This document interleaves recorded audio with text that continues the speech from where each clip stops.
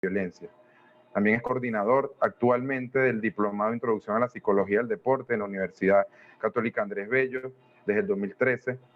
Coordina la especialización online dictada por la UCAP. También investigador de la Unidad de Psicología del Parque Social Padre Manuel Aguirre desde el 2000 hasta el 2017. Psicólogo de la Selección Nacional Absoluta de Bolivia desde el 2018 presente. Es psicólogo actual de la Selección Nacional de Bolivia. ¿Okay? También es psicólogo de Strongest desde el 2016-2018. Es el psicólogo del equipo de Primera División de Bolivia junto a César Farías, ganando el campeonato profesional de Apertura 2017 y luego acompañando al equipo a puntajes históricos en la Copa Libertadores en el 2017. Fue psicólogo de la Selección Nacional Absoluta de Venezuela. Esto fue desde el 2007 hasta el 2013. Participó con el cuerpo técnico de César Farías, acompañó a la selección en 2 campeonatos premundiales, logrando el puntaje mayor en la historia del país, así como el 4º lugar en la Copa América del 2011. Psicólogo de las selecciones nacionales sub-17 y sub-20 desde el 95 hasta el 2009 y tiene formación como licenciado en psicología por la Universidad Católica Andrés Bello, especialización en psicología clínica, Hospital Universitario de Caracas, especialización en psicología del deporte en España, maestría en psicología comunitaria en Manchester y un curso de especialización en trauma. Bueno, el profesor Manuel Lloren ha dictado innumerable cantidad de talleres y conferencias, algunas de ellas crecimiento del fútbol venezolano en adversidad, en el evento Plan País, que fue en Florida. Entre sus publicaciones más conocidas en cuanto a libros, tenemos Terapia para el Emperador, Dicen que están matando gente en Venezuela, entre otros libros que también han tenido menciones y premios importantes que destacar. Con esto y sin más preámbulo, profesor Manuel Llorens, es un placer para nosotros que nos acompañe en este primer evento de APSIDE del año 2021 y con esto la cámara y el micrófono es todo suyo. Bienvenido, profesor. Bueno, muchísimas gracias. Estoy súper agradecido por la invitación y contento por poder tener tanta gente conocida y con que he coincidido a lo largo de los años en la audiencia. Hola, ¿cómo estás? ¿Cómo te va?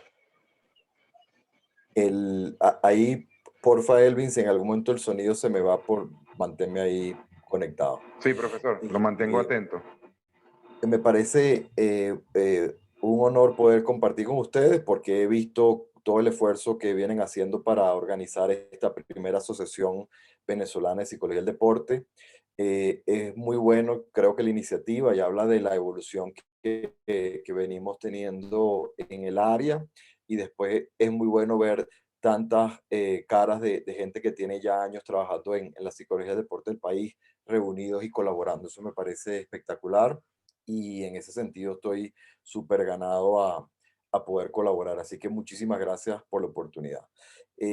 Yo tengo ahí unas ideas que voy a compartir en una presentación y ojalá nos dé chance de conversar, que creo que la idea era también intercambiar entre psicólogos del deporte, aunque seguramente hay gente de otras disciplinas, hay algunos entrenadores y personas de diferentes áreas. Entonces, bueno, vamos a compartir ahí la pantalla y arrancamos a conversar. A ver, ¿se ve ahí la lámina? Sí, profesor, se ve la lámina. Perfecto. Ok.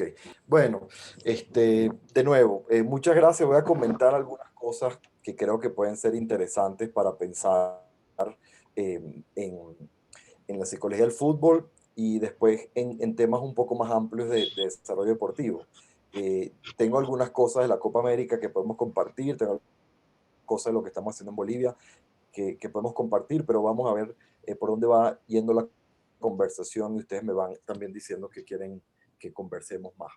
Pero quizás arranco con esto. Yo creo que a veces un psicólogo, más que alguien que tenga las respuestas, es alguien que hace buenas preguntas.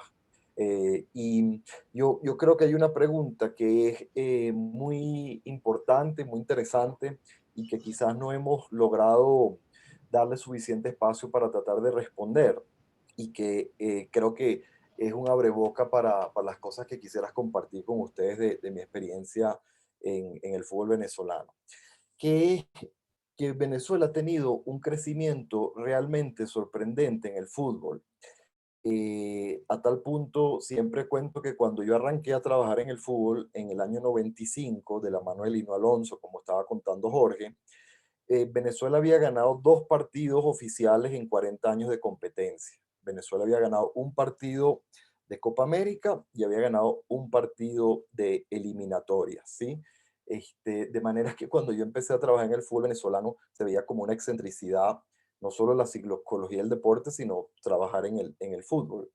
Y el fútbol venezolano ha tenido un crecimiento que realmente es, no diría único, pero sí excepcional en el mundo. Quizás se podrá comparar ahora con la historia de Islandia, que viene teniendo los rendimientos que ha tenido en Europa y en la Copa del Mundo, viniendo de un país tan modesto en población. Pero Venezuela, en cuanto a su historia, ha dado un crecimiento sostenido muy significativo, que si uno revisa, por ejemplo, por ranking FIFA, ha tenido un crecimiento sostenido. Quizás algún valle ahí que es como circunstancial, pero en balance el crecimiento era de una selección que antes del 2000 estaba en los rankings por debajo de 120 y ahora sistemáticamente está dentro de los 100 y muchas veces está dentro de los primeros 80, 60 y hasta 26 creo que es la puntuación más alta que ha llegado a tener. Pero no lo tenemos que ver nada más por ranking FIFA, si lo vemos por los equipos profesionales de fútbol y el rendimiento que ha tenido a nivel internacional, también ha habido un crecimiento sostenido de rendimiento de los equipos profesionales venezolanos. Pero lo podemos ver también por la producción de jugadores. Nosotros en los 90 era excepcional que un jugador llegase a una liga extranjera y los jugadores más destacados podían llegar a la liga belga o teníamos jugadores en Hong Kong, teníamos en unos escenarios quizás no los más tradicionales y ahora tenemos jugadores no solo en las mejores ligas del mundo, sino la cantidad de jugadores que exportamos es realmente significativo inclusive dentro del panorama suramericano. Tanto así que ahora hasta tenemos psicólogos deportivos venezolanos que pueden trabajar en otros países suramericanos, que eso era una cosa inimaginable. Pero lo podemos pensar también en cuanto a la afición del fútbol en Venezuela. Sabemos que el fútbol era una actividad que no se consideraba una actividad deportiva central, que no llenaba los estadios, que no era televisado, que tenía una afición muy particular. Muchas veces eran los inmigrantes, hijos de inmigrantes que seguían a sus equipos de su país de origen. Y la afición venezolana ha crecido de una manera impresionante, que ha convertido en el fútbol en un negocio en Venezuela, ¿no? Entonces la pregunta es, ¿cómo se ha dado ese proceso? O sea, ¿qué explica que Venezuela ha tenido una transformación en el fútbol tan contundente? Y me parece interesante que yo creo que no ha habido demasiados intentos sistemáticos de responderla. Y no sé si la gente se ha detenido a preguntarse cómo es que se ha logrado el éxito, y podemos decir que es un éxito relativo y que hay muchas cosas que lograr todavía. Yo no dudo de que sea así, pero sin duda un avance muy significativo. Pero además, esa pregunta me parece que es aún más interesante si lo contrastamos con lo que ha pasado en el país. Si nosotros hablamos de que el fútbol ha crecido de manera sistemática en un país que ha tenido un deterioro de manera dramática. ¿Cómo ha hecho el fútbol para crecer? Si nosotros vamos a la actividad comercial principal del país, que es el petróleo, nosotros pasamos de producir entre 3 y 4 millones de barriles de petróleo diario, ahora estamos produciendo, dicen estos estimados para el año pasado, 600.000. Es decir, que se colapsó la empresa petrolera venezolana. ¿Cómo logramos deteriorar la empresa principal de ingresos? Eso ya de por sí es una pregunta sorprendente, pero ¿cómo hizo el fútbol en medio de eso para crecer? Y si vamos a cualquier otro indicador, si vamos para la economía, bueno, todos los hemos sufrido y hay hay un éxodo de millones de venezolanos que han salido del país y cualquier reunión como esta es ejemplo de eso, pero en gran parte por un deterioro económico histórico a nivel de Sudamérica, es de las hiperinflaciones más largas y más marcadas, ¿no? Entonces, hace aún más interesante y dramática la pregunta de qué es lo que hizo que el fútbol haya podido crecer como ha crecido. Gente en algún momento puede decir, no, es que vino una generación espectacular y excepcional. Pues no, porque ha habido una generación y después ha venido otra que ha avanzado por encima de la anterior. Ha habido un crecimiento continuo. No fue una subida de unos logros deportivos especialmente destacados que después no se continuaron, sino con eso, picos y valles, pero ha habido un crecimiento sostenido. Eso me parece que es una pregunta central para todo el fútbol, pero una pregunta central también para los psicólogos. En algún momento se habló, ¿es un factor psicológico? Bueno, yo creo que sí, que tiene que ver con factores psicológicos. No quisiera reducir algo tan grande como a simplemente factores psicológicos. Creo que hay un crecimiento orgánico bien significativo y de eso es un poquito lo que quiero hablar. No sé si alguno ha escuchado el término de la enfermedad holandesa. Yo creo que esa pregunta tiene que ver con el término de enfermedad holandesa. Yo no sé si por aquí yo puedo ver si alguien sabe qué es la enfermedad holandesa y puede levantar la mano.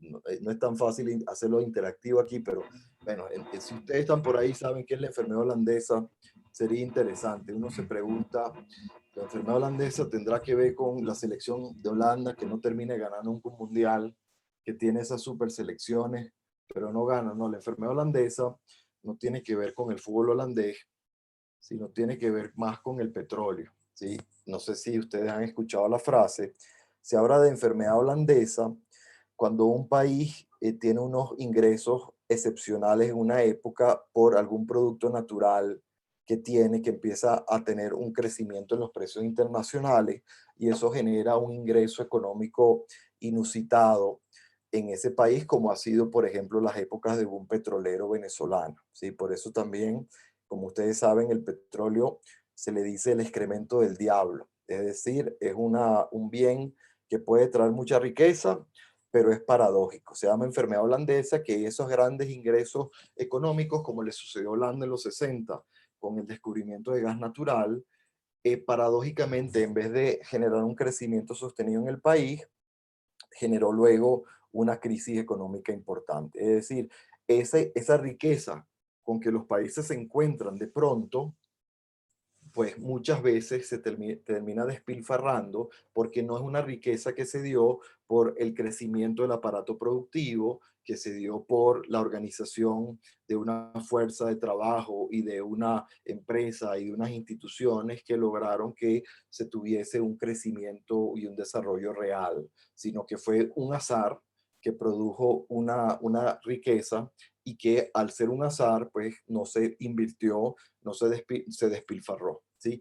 ¿Por qué traigo eso? Porque yo creo que es muy importante saber por qué se ha tenido éxito. ¿Cuáles son las explicaciones de por qué el fútbol venezolano ha tenido éxito? Porque si no, corremos el riesgo de poder disfrutar, compartir, crecer con un crecimiento que no entendemos de dónde vino. Y si no lo entiende de dónde vino, no hay cómo poder aprovecharlo para generar un crecimiento sostenido, ¿sí? Creo que el fútbol es justo un contraste interesante con otros aspectos del país, porque precisamente el fútbol creció en desventaja. El fútbol venezolano, comparado con los demás países suramericanos, estaba en gran desventaja, creció en pobreza, y en la medida que el país fue cayendo, el fútbol más bien fue creciendo. Entonces ha ido contracorriente de manera interesante. Yo creo que, bueno, esta es la pregunta entonces, ¿cómo se explica el avance del fútbol en medio del deterioro del país? Es un poco la pregunta que les traigo para mover un poquito la conversación. Yo les voy a pasear por un par de ideas que yo tengo que creo que tienen que ver con ese crecimiento del fútbol y que creo que dan una mirada sobre qué puede ser la psicología del fútbol en Sudamérica por lo menos, ¿sí? Y traigo esta primera lámina que me gusta mucho y lo he utilizado mucho a lo largo de estos últimos años cuando me encontré con este libro de Alex Ferguson, que seguramente muchos conocen, un libro que él sacó ya hace unos años sobre liderazgo, basado en unas clases que él lo invitaron a dar en Harvard, porque unos estudiantes de Harvard fueron a Manchester a verlo trabajar y cuando vieron todo lo que manejaba Ferguson, dijeron, bueno, este entrenador de fútbol como que tiene cosas que enseñarnos a nuestra escuela de negocios. Y el libro arranca con esta foto de sus pizarrones. Y cuando abro el libro y veo los pizarrones, ahí digo, sí, este libro tiene cosas que tienen que ser valiosas y este hombre evidentemente tiene una mirada que creo que debe ser valiosa. Y creo que tiene que ver con los entrenadores con que yo he trabajado, que me han permitido entender por dónde van los tiros de un trabajo exitoso en el fútbol. Alex Ferguson le piden hablar de su trabajo como entrenador y si ven en esa pizarra, tiene abajo, en la primera foto de arriba, tiene en la parte de abajo a los jugadores y después tiene unas rayitas, tiene la estrella, tiene otros jugadores, pero eso es solo un pedacito de rompecabezas. Arriba entonces tiene al entrenador, arriba tiene los dueños y los gerentes del equipo, arriba de eso tiene Manchester United como marca y después entonces en el otro pizarrón tiene los agentes de los jugadores y tiene los rivales y tiene la prensa y tiene los fanáticos y entonces va sumando piezas y entonces se entiende que este señor cuando habla de ser entrenador de fútbol no está hablando nada más de cómo seleccionar los 11 jugadores que van a la cancha y cuál es la táctica para enfrentar a un rival en particular. Por supuesto que trabaja eso y le parece central, pero tiene una visión sistémica de todo el proceso. Él entiende que para que esos jugadores puedan cumplir con las tareas que él quiere que puedan cumplir en la cancha, hay una cantidad de otras piezas de rompecabezas que tienen que estar andando.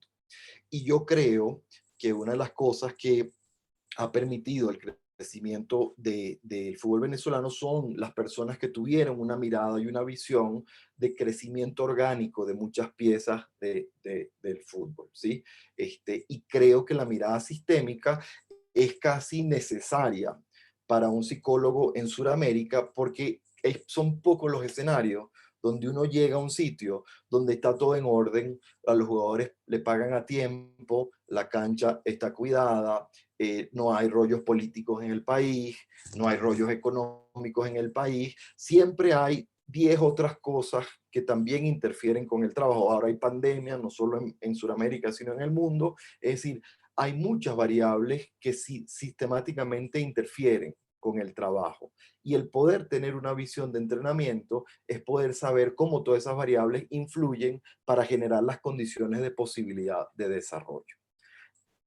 Jorge mencionaba en su presentación muy generosa que Lino fue la persona que me trajo al fútbol y no solo es la persona que me trajo al fútbol, sino que me transmitió una manera de pensar y una manera de trabajar que tiene mucho que ver con lo que estoy comentando. Yo creo que él es de las personas que tuvo esa mirada que creo que no ha sido del todo reconocida en el país y que ahí se pierde la posibilidad de aprovechar algunos de los avances que se ha hecho. Pero fíjense, me pasa una y otra vez a donde voy, que hay gente como Jorge que dice, a mí Lino me facilitó la entrada al equipo profesional que yo quise entrar, dijo Jorge de entrada. Y eso lo he escuchado una y otra vez en lugares que jamás sabía yo que Lino había tenido contacto. Por ejemplo, aquí en Bolivia, a nosotros no ha sido fácil entrar en gran parte porque Lino, con las selecciones sub-15 que él tuvo durante muchos años, siempre venía a los torneos de la Academia Tawichi. No solo venía a esos torneos, que son unos torneos como muy famosos internacionalmente, sino que además aprovechaba para establecer lazos importantes de trabajo. Hay mucha gente que Lino invitó a Venezuela y entonces habla de Lino con mucho cariño por lo generoso que fue en sus invitaciones y cómo los atendieron en Venezuela. Lino fue tejiendo una red de colaboradores.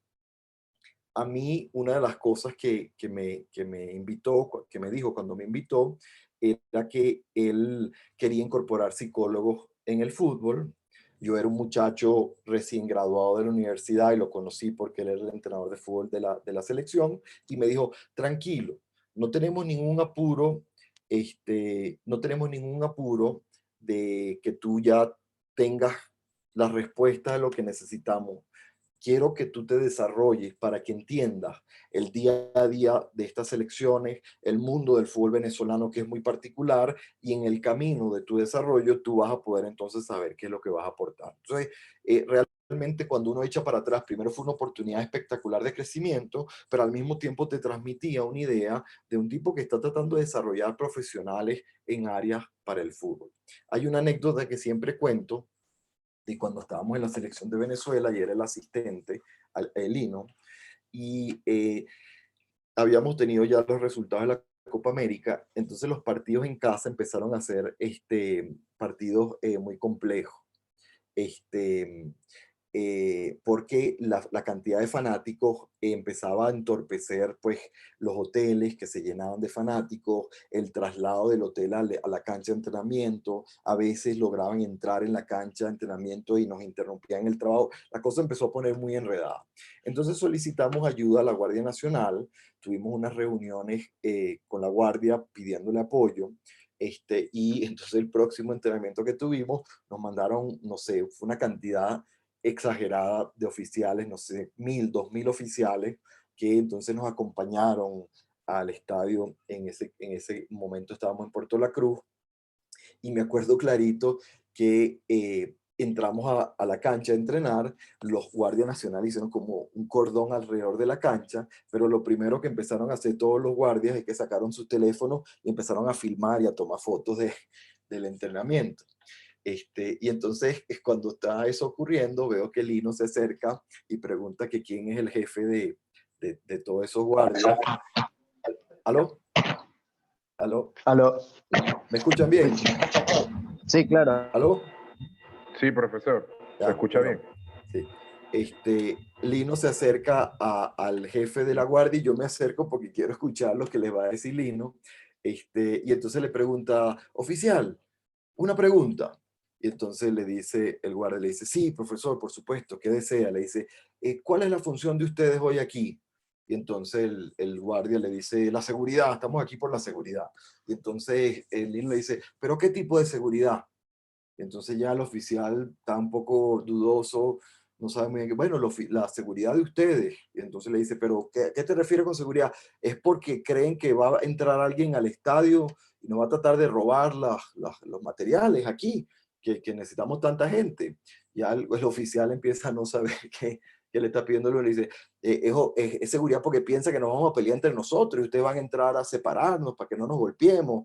¿De qué seguridad estamos hablando? Y entonces el oficial estaba completamente desconcertado y Lino le dice, mire, es que yo quiero que usted sepa que la seguridad que necesitamos es seguridad de información. Estamos entrenando a puertas cerradas porque no queremos que nadie sepa lo que estamos haciendo y que no se filtre información para afuera. Y cuando todos ustedes sacan el celular y le toman fotos al entrenamiento, es evidente que no saben de qué se trata el trabajo para el cual le pedimos que nos ayudara, ¿sí? Necesitamos que nos salga información. Y si la selección nacional es todos, si todos somos parte de la selección nacional, necesitamos que todo el mundo cumpla su función para que los resultados funcionen. Bueno, le tiró ese discurso al guardia y ordenó eso, el hombre estaba como sorprendido, pero me pareció una intervención genial y típica de Lino, y de la mirada sistémica con que él estaba siempre organizando el trabajo. Es decir, eso es un trabajo que implica colaboración de muchas personas en muchos lugares y poder tener gente alineada, colaborando para que podamos todos generar las condiciones de posibilidad del entrenamiento, era parte de la tarea continua que Lino estaba montado y un poco para lo que me invitaba a trabajar. Esta foto es de una selección que llevamos después de la Copa América. Eso es 2011, como en agosto, un mes después de la Copa América del 2011, nos toca hacer unos partidos amistosos en Florida. En ese momento jugamos contra Nicaragua y llevamos este equipo que cuando estamos entrando al estadio, fueron muchos venezolanos que estaban en Florida en ese momento, estaba toda la emoción por la Copa América, y me para una señora entrando ya a la cancha para calentar, y me detiene y me dice, a ver, una pregunta y tal, y yo me acerco y le digo, sí, señora, dígame. Y me dice, ¿dónde está Vizcarrondo? ¿Dónde está Vizcarrondo? Vizcarrondo venía de hacerse famoso con su gol en la Copa América y adorado, y le dije, no, señora, en esta convocatoria no estaba Osvaldo Vizcarrondo. Ah, cónchale, ¿y dónde está Sichero? ¿Dónde está Sichero? Que venía también de ser famoso en la Copa América. Y le dije, no, señora, en esta convocatoria no está Sichero. Y entonces se volteó y me dijo, esta es una estafa. Y yo me quedé sorprendido, ¿no? Y le dije, señor, ¿y por qué dice usted que esto es una estafa? Yo, porque esta no es la verdadera selección nacional, ¿sí?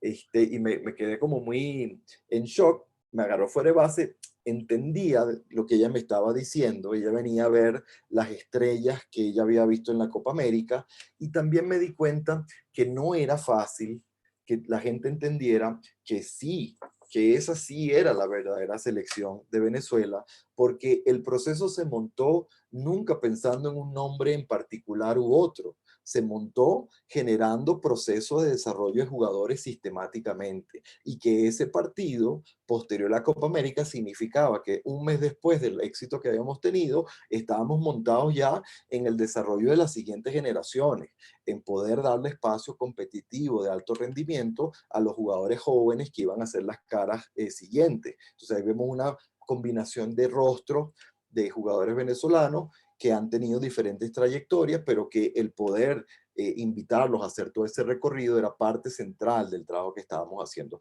¿Cómo desarrolla jugadores de alto rendimiento para que puedan competir en el escenario suramericano? Bueno, entre otras cosas, dándole muchas oportunidades de ensayo en situaciones de alto rendimiento, donde tienen que ir encontrando sus habilidades, pero también el manejo del escenario. Es muy difícil lograrlo si no has tenido muchas veces ese ensayo. Y bueno, eso fue una de las tareas que nos planteamos de entrada.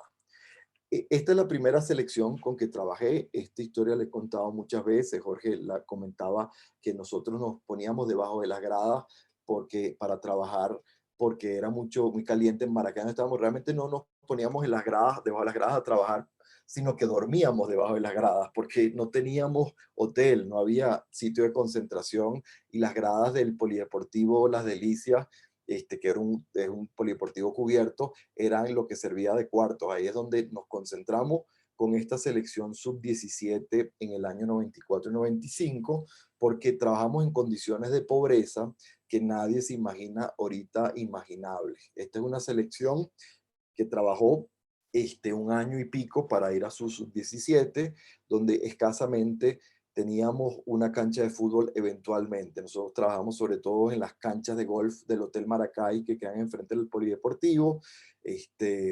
Vivíamos eso debajo de unas gradas con unos baños compartidos, teníamos una comida que era suficiente para unos atletas, pero era realmente muy modesta. Este equipo no hizo ni un solo partido internacional previo a sub-17, no había cómo financiar viajes previos al campeonato. Y allí fue que yo empecé a tener las experiencias de lo que Lino me planteó. Una de las cosas que me decía era que teníamos que revisar la historia de las selecciones sub-17, porque con todo el trabajo que íbamos a hacer, que era muy, muy exigente, eso sí, trabajamos siempre con altísimos niveles de exigencia. Dice, estamos trabajando bien, vamos a crecer, pero no nos va a alcanzar al comienzo. No nos va a alcanzar porque estamos muy lejos del resto de las selecciones suramericanas. Entonces tenemos que conseguir la manera de mostrarle a estos jugadores que tiene sentido el trabajo, que estamos en buen camino, a pesar de que los resultados no nos van a acompañar del todo de entrada. Entonces nos inventamos esto de que la mejor resultado que había tenido una selección sub-17 efectivamente había sido tener un empate en los campeonatos sub-17, un empate, o sea, un punto era lo más que se había sacado hasta ese entonces, y lo más que se había logrado anotar era un gol, ¿sí? Entonces se había tenido un empate, un gol, nuestra tarea era sacar un empate y más de un gol, y eso iba a ser lo que nos iba a marcar que teníamos la generación más exitosa hasta ese momento, sub-17, y de ahí vamos a empezar a tener los jugadores más exitosos en la historia del fútbol venezolano, ¿sí? Con esa premisa trabajamos entonces con estos jóvenes, de los cuales Lino me decía, hay uno o dos que están al nivel internacional de los jóvenes con que vamos a competir, pero bueno, no tenemos mucho más. Tenemos que sembrar jugadores por todo el país, tenemos que sembrar entrenadores por todo el país, tenemos que ayudar a hacer crecer escuelas de fútbol por todo el país, tenemos que generar periodistas que se entusiasmen y nos empiezan a seguir, y bueno, tenemos que desarrollar psicólogos como tú para que nos empiecen a seguir. Ese es el trabajo que empezamos a hacer. En ese sub-17 logramos un empate a 3 goles y después perdimos contra Uruguay y Argentina, pero fue el primer logro pequeño de un Lino que sabía hacia dónde íbamos a construir un trabajo. Logramos, como ven ahí, empatar 3-3, sacamos el punto y sacamos los 3 goles y además nos dimos el lujo de botar un penal, ¿sí? Entonces tuvimos casi cerca de ganar el primer partido, pero de allí nosotros nos reuníamos en las noches con ese grupo a hablar cerca de esas gradas, y Lino le decía que iban a salir jugadores que iban a jugar en las mejores ligas del fútbol del mundo, ¿sí? Lo cual era una osadía en ese momento por lo que les decía de la historia del fútbol venezolano y el momento que vivíamos, pero él les asegura, de aquí van a salir jugadores que van a jugar en las mejores ligas del mundo. Y no sé si alguien ahí reconoce la foto de este muchacho que está aquí, que tiene cara de bueno y después es un competidor feroz, y la cara de este joven que está aquí y la cara de este joven que está aquí, ¿sí? Ahí tenemos a Reni Vega, que después jugó en Italia y jugó en Chile y jugó en Turquía. Tenemos a Ricardo David Páez, el hijo de Richard, que tuvo una destacada carrera en muchos países profesionales. Y abajo tenemos a Leo Bielma, que ahora está de entrenador profesional y que tuvo una carrera también muy interesante, tanto en el fútbol profesional como en la selección nacional. Entonces se empezaba a marcar la posibilidad de desarrollar jugadores con ambición, a pesar de las condiciones modestas de trabajo, y por muchos años nos dedicamos a desarrollar jugadores jóvenes, generar una mentalidad profesional, ponerlos a trabajar de manera disciplinada, hacerlos ver que podían suponer una carrera con que iban a poder sustentar a sus familias, pero que iba a requerir poder tener una estructura de trabajo distinta a la que venían teniendo. Y esta foto la tomamos ya después en la selección mayor, cuando fuimos a enfrentar a Perú en ese mismo Estadio Nacional, 17 años después de ese partido en 95, con Reni Vega ya habiendo cumplido toda esa trayectoria que Lino les había marcado ahí junto con Lino Alonso, ¿no? Y eso lo fuimos haciendo sistemáticamente. Esta es una selección que fue a un campeonato bolivariano. Este señor que está aquí a la izquierda, no sé si lo reconocen, es César Faría. César se formó como yo de la mano de Lino. Lino iba reclutando jóvenes entrenadores por todo el país, y los que veía con más habilidades los reclutaba para que fuesen sus asistentes en los diferentes procesos juveniles, porque también estaba tratando de alentar a que hubiese más talento de entrenadores por el país. Y ese muchacho que está ahí arrodillado, creo que se reconoce más, es Juan Arango. Juan es de estos jugadores que descubrió Lino en Maracay, vio que tenía un talento destacado, y fíjense, cuando era un muchacho, Juan, adolescente, que estaba yendo a alguna de estas concentraciones, Lino tenía la impresión de que tenía todo el talento futbolístico del mundo, pero que sí era un hombre muy muchacho, muy tímido, que él se preguntaba si iba a poder salir de su casa a tener el estilo de vida que implicaba el fútbol nacional. César era un muchacho también de unos 22, 23 años, que estaba entrenando un equipo de segunda división, que era el Nueva Cádiz en Cumaná, y le pide, dice, llévate a Juan para que podamos empezar a enseñarle a Juan cómo es vivir fuera de su casa y vivir la vida de un jugador profesional. Y entonces Juan vivió en la casa de César varios años con un Nueva Cádiz que le fue muy bien y pasó a primera división. Pero, ¿qué les quiero ilustrar con esta anécdota? Que estamos hablando de un tipo que estaba viendo cómo desarrollar gente de diferentes áreas, y ya estaba entonces aprovechando para generar cruces y generar relaciones, que después esa fue la relación que sostuvo la selección nacional años después, porque Juan fue el capitán con que nosotros trabajamos y César podía reclamarle a Juan y podía confrontarlo con mucha fuerza, porque Juan le tenía un respeto muy grande a César, porque sabía que César lo había recibido en su casa cuando era muchacho. Entonces, de esas relaciones fue que fuimos construyendo la fuerza de nuestro trabajo. Y entonces, ¿qué es lo que yo quiero decir con toda esta larga exposición que me extiendo al comienzo? Bueno, que es que yo creo que hubo una cosa muy importante en el fútbol venezolano y que no podemos perder de vista, que es que fue que se sembró capital social, ¿sí? Yo creo que la variable que yo destacaría como más importante para que pudiese crecer el fútbol es que empezó a sumar muchas voluntades en muchas partes del país que empezaron a generar redes de colaboración, y entonces primero identificamos a los muchachos, los podemos llevar por una escuela, esa escuela puede desarrollarlos, pero además puede tener lazo con equipos profesionales, cada vez tenemos más profesionales disponibles, y entonces hubo un crecimiento que fue orgánico. Capital social se refiere al número de relaciones y la calidad de las relaciones que yo establezco. Yo tengo más capital social en la medida que tengo más relaciones, y esas relaciones son de mayor calidad. Y cuando se refiere a calidad, sobre todo, se refieren a relaciones donde hay confianza de que el otro está a favor de mí y que juntos podemos establecer relaciones de reciprocidad, donde los dos vamos a crecer juntos. En la medida que se genere una comunidad que empieza a colaborar, empiezas a tener procesos fuertes. Por eso, entre otras cosas, pienso que todo el tema de ABEPSIDE es muy importante porque es una red de profesionales afines que están generando intención de colaboración y de trabajo en conjunto. Yo creo que es una variable central para el desarrollo de instituciones y el desarrollo deportivo, ¿sí? Y yo creo que eso era lo que Lino fue un genio desarrollando actividades de capital social. Además, Lino era un tipo muy particular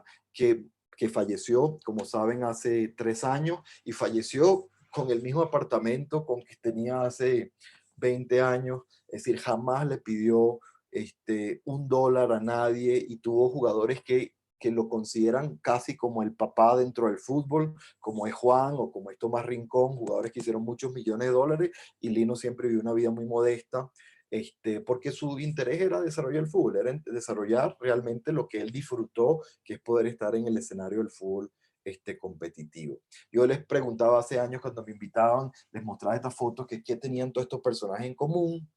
Los que son venezolanos en la audiencia reconocerán ahí a casi todos los personajes, pero además de un montón de futbolistas que están allí, al final tenemos Dani Alves, que fue el número 10 de la selección de Portugal, y después la gente se sorprende de ver a Nelson Bustamante, que es un actor venezolano, ahí al final de esa lámina. Bueno, todos estos jugadores jugaron en algún momento en la misma cancha de las Mercedes, junto a Lino Alonso. Si tuvieron algún momento dentro de un equipo, alguna rivalidad dentro de la misma cancha, es decir, todos crecieron unos espacios que fueron generando unas redes. Y inclusive Dani Alves de Portugal fue compañero de Miku Fedor, de esa misma generación. La gente no me creía que Nelson Bustamante había sido los futbolistas con que Lino trabajó en un momento. Cuando fuimos a esos partidos en Florida, nos los encontramos y le dije: Lino, tómate una foto con Bustamante para que me crean. Y que yo les quiero mostrar con eso, también eso, el desarrollo de gente a través del fútbol para la comunicación social, para el periodismo. Todo ese trabajo de desarrollo profesional en diferentes áreas era parte de lo que se tenía en mente de manera muy deliberada, de manera muy intencional.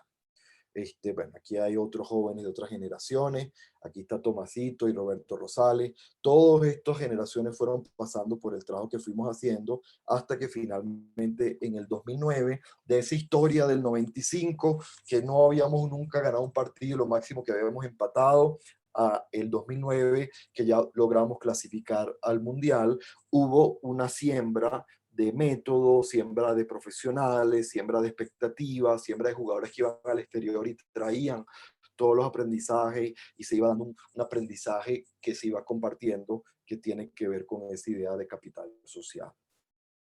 Eh, entonces, bueno, lo que le estaba diciendo, cuando hablamos de capital social, nos referimos a las conexiones entre las personas, las redes sociales y las normas de reciprocidad y confianza que surgen en ellas, ¿no? Y capital social está relacionado, déjame mover esto para poder leer. Capital social está relacionado con inteligencia social. No, ahorita no, tampoco me ayudó. Con inteligencia social, que creo que Jorge el otro día estaba hablando de temas de inteligencia social, está muy relacionado y me parece sumamente interesante, que es la capacidad que tiene una sociedad para resolver los problemas creando capital social y ampliando las posibilidades vitales de sus ciudadanos. Es decir, cómo resolvemos problemas que generen colaboración, cómo resolvemos problemas que aumenten las posibilidades de todos los involucrados, cómo resolvemos problemas que amplíen las posibilidades vitales de sus ciudadanos. Yo creo que eso es muy clave porque ¿qué vamos viendo? Y yo creo que es bueno para pensar en el fútbol venezolano actual. Entonces empiezan ya los temas de compra de árbitros. No, porque es que yo compro un árbitro. ¿Qué pasa con una institución que compra árbitros o paga árbitros para ganar partidos? Genera una cosa que es la destrucción del capital social, porque el capital social está sostenido sobre la confianza. Yo solo voy a generar colaboración si yo siento que el otro está jugando, puede ser mi rival más enconado, pero solo hay capital social si sé que el otro está jugando dentro de un marco de reglas que yo entiendo que se están respetando de manera sana. Cuando empiezan a no respetarse las reglas, empieza a romperse la confianza y se empieza a romper la reciprocidad. Y cuando se empieza a romperse la reciprocidad, tenemos un país fragmentado, tenemos un país que no puede generar colaboración. Tantas personas que han generado un dinero no bien habido en el país, que están invirtiendo en el fútbol y que entonces creen que de esa manera es que se ganan campeonatos y se aumentan procesos, están lesionando el capital social del país. El presidente de la federación acaba de fallecer, recién arrestado por un arresto que ni sabemos si fue un arresto legal o no. Está sembrado. La corrupción es la variable que más destruye capital social, porque destruye la confianza. Entonces, yo creo que si no entendemos cómo es que crecimos como proceso futbolístico y no entendemos que eso es lo que hay que proteger, entonces tenemos el riesgo de destruir la gallina de los huevos de oro. Le pregunto, ¿cómo colapsan las sociedades? ¿Sí? Me pregunto si esta es una foto del fútbol venezolano, ¿sí? Un país que está colapsado y nos estamos tomando la foto más o menos ahí celebrando cosas mientras el país se derrumba. ¿Cómo colapsan las sociedades? Es una pregunta muy importante para nosotros. ¿Cómo es que uno llega a un lugar donde destruimos nuestra propia convivencia, destruimos nuestra propia riqueza? ¿Sí? Soluciones a corto plazo que pueden funcionar, pero destructivas a la larga. ¿Sí? Comprar un árbitro es la propia solución a corto plazo, destructiva a la larga. Yo puedo ganar el campeonato porque un árbitro me dio un partido, pero destruí la confianza que tiene toda la afición en que es un espectáculo legítimo donde la gente gana por esfuerzos legítimos, ¿sí? Y empiezo a tener la desconfianza, la sensación de que la cosa no va bien y eso va minando que el proceso pueda generar colaboración. Yo creo que eso es una de las cosas que más me preocupan. Decía José Antonio Marina, que es psicólogo, no sé si lo conoce, muy interesante, español, que ha trabajado el tema, escribe él textualmente citando a Aristóteles, básicamente estoy usando, diciendo lo mismo, parafraseando a Aristóteles: una sociedad estúpida hace lo contrario, destruye capital comunitario y entontece o encanalla a sus ciudadanos. Es decir, el no generar que el otro tenga la inteligencia, la capacidad, los conocimientos para generar procesos autónomamente y generar relaciones de confianza va minando los procesos colectivos. Segunda clave, y con esto voy hacia el final para dar chance de conversar. Hablé de una clave para mí importante, que es el tema del capital social. Segunda clave para mí central del crecimiento del fútbol venezolano es que creció en adversidad. Creo que la gran fortaleza de ese fútbol que pasó de de Pastoriza, a Richard, a César, a Chita, a Dudamel, y que esperemos que siga creciendo, es que a lo largo del tiempo se ha podido aprovechar el crecimiento en adversidad. A lo largo de los años, un poco de lo que yo una y otra vez regresaba y me encontraba en la selección nacional, pude entrevistar muchos deportistas de otras áreas que no eran del fútbol porque alimentaban lo que hacíamos en la selección. Los deportistas venezolanos exitosos están entrenados en adversidad. Es decir, yo creo que no hay ninguna disciplina donde tienen todas las condiciones para crecer y desarrollarse que se tienen en otros lugares más desarrollados. Sabemos que el desarrollo económico sí influye, sí influye que los procesos deportivos sean más exitosos. Es decir, los países con más desarrollo y con más población tienen que tener van a tener resultados más elevados, ¿sí?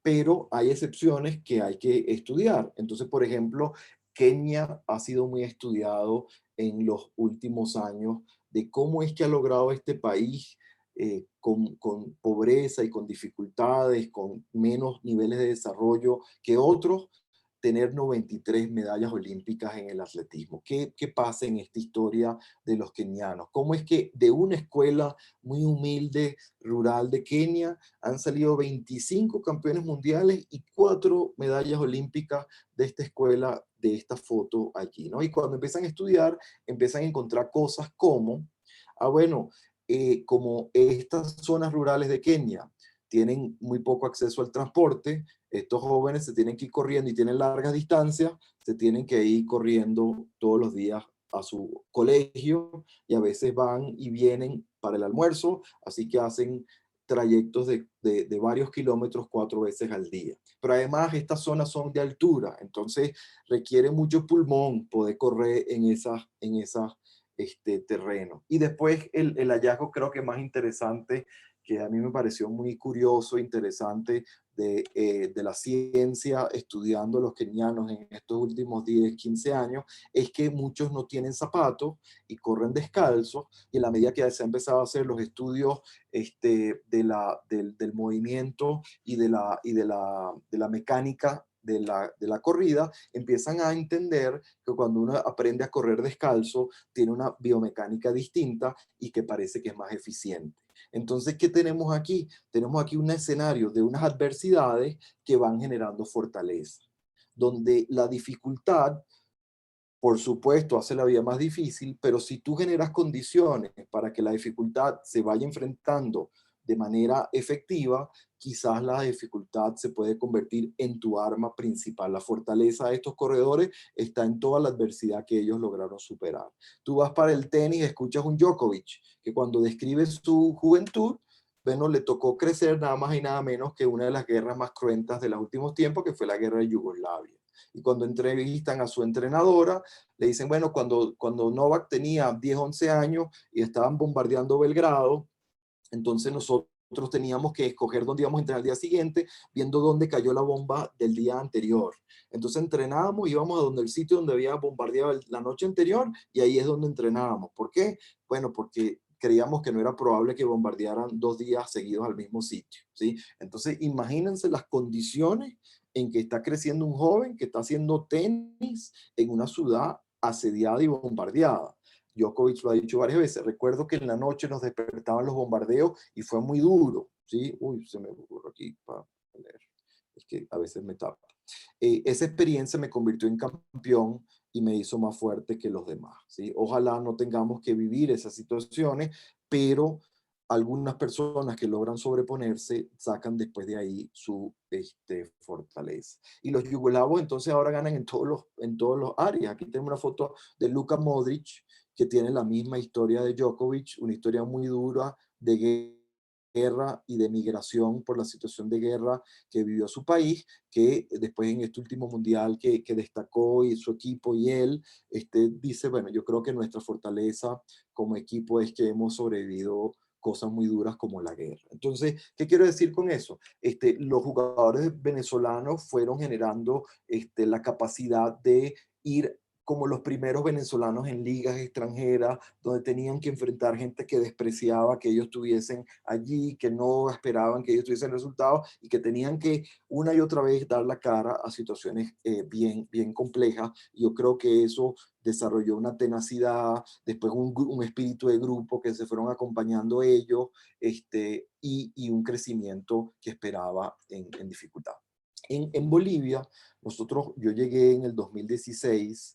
En 2016 estuve yendo y viniendo y después me instalé aquí en La Paz en el 2017 de la mano de César y de Lino, que era su asistente, y llegamos a un equipo profesional, que es que es el Tigre, donde había un capitán, que es este señor que aparece en la foto, que es Pablo Escobar, que como tiene el nombre igual que el capo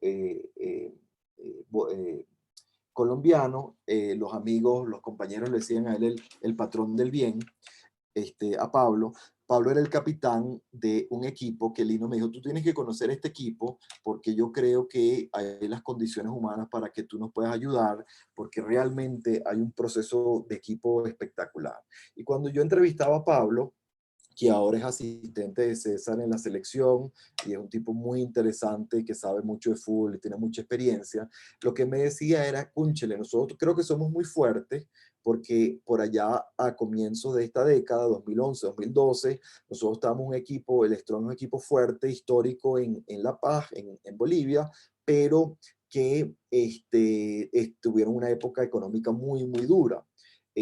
Y realmente nos hicimos fuertes, me cuenta Pablo, en un campeonato donde era un campeonato todos contra todos para después clasificar a una serie de cuarto de final, semifinal, final. El equipo no andaba bien y cuando te quedan dos partidos de esa todos contra todos, los fanáticos se nos vienen encima, van a atacar el autobús, nos quieren liquidar todos, una acción muy dura, teníamos mucho tiempo sin cobrar y allí Pablo asume el liderazgo, sale del bus, enfrenta a los fanáticos y le dice, mira, o sea, atacándonos hoy no se gana nada. Nosotros nos queda un partido donde todavía podemos clasificar.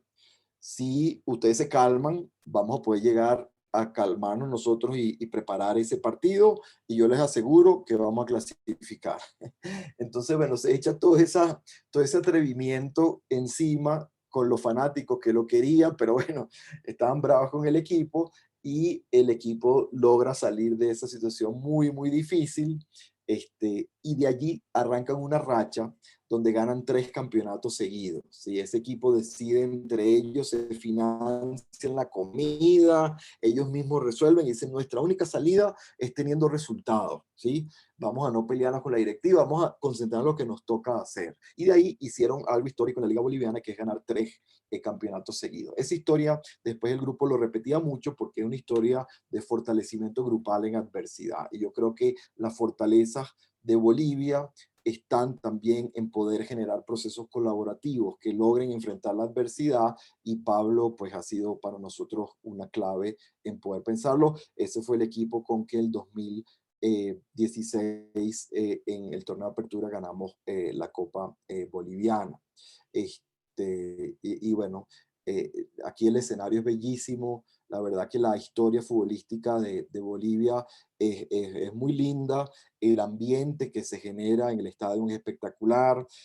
Y bueno, fue una experiencia realmente para nosotros muy sentida y pudimos tener la oportunidad, imagínate, como venezolano, de poder vivir esas experiencias ahí de la mano de Lino, y además ahí está Daniel Farías e Isaac Ramos, que están ahora trabajando en el Deportivo La Guaira.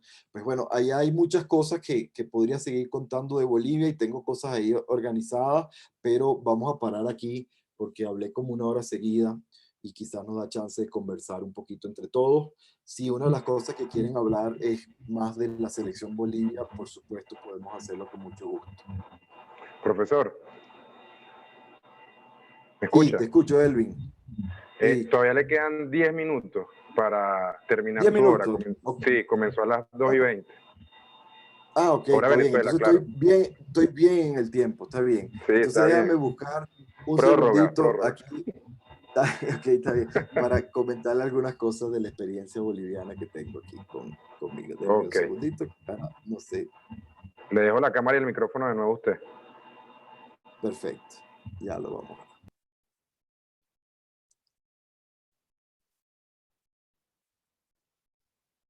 Ok.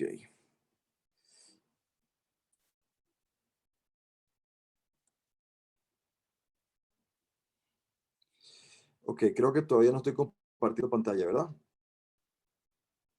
Ok. Todavía No, no. profe, no. Ya, bueno, ok. Ahí sí, ahí sí.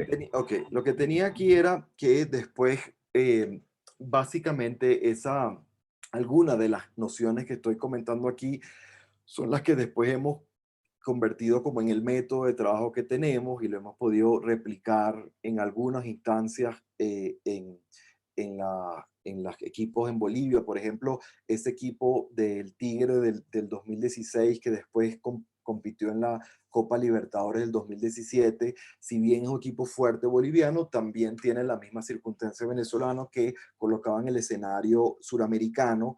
Ya no es un equipo fuerte, sino mucho más modesto que todos los equipos que enfrentamos.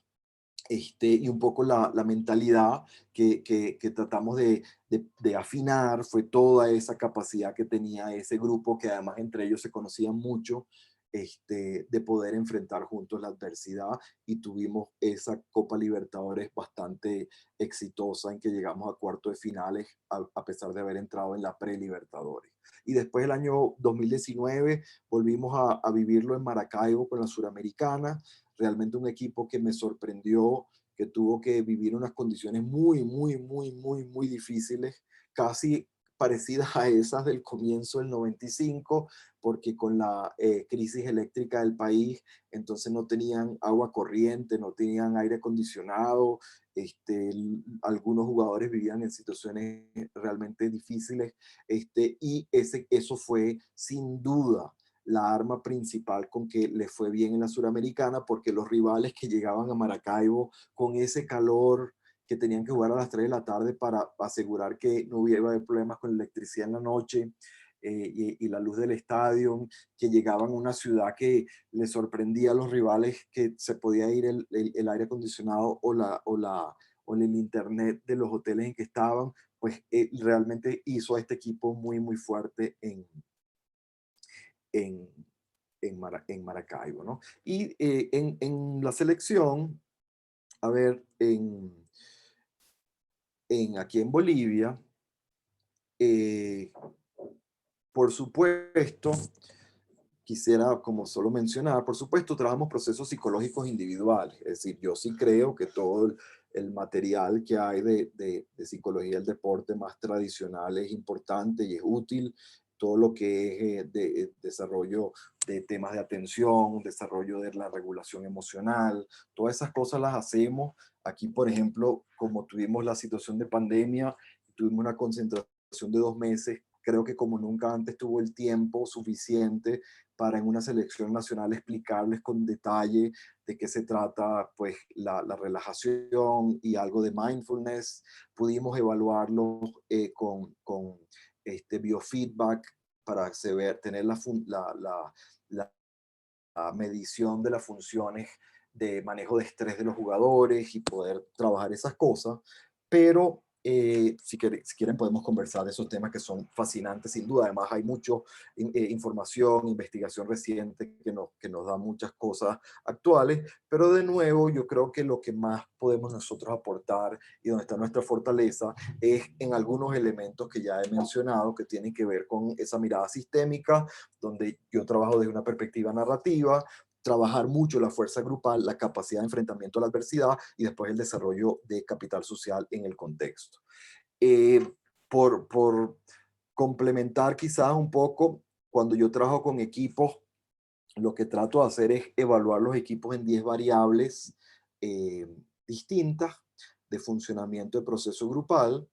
Estas son las 10 variables que yo trato de darle importancia y tratar de entender cómo funciona dentro de ese grupo y después ver si podemos influir a potenciarlo con una mirada del crecimiento en la adversidad y el desarrollo integral de los atletas.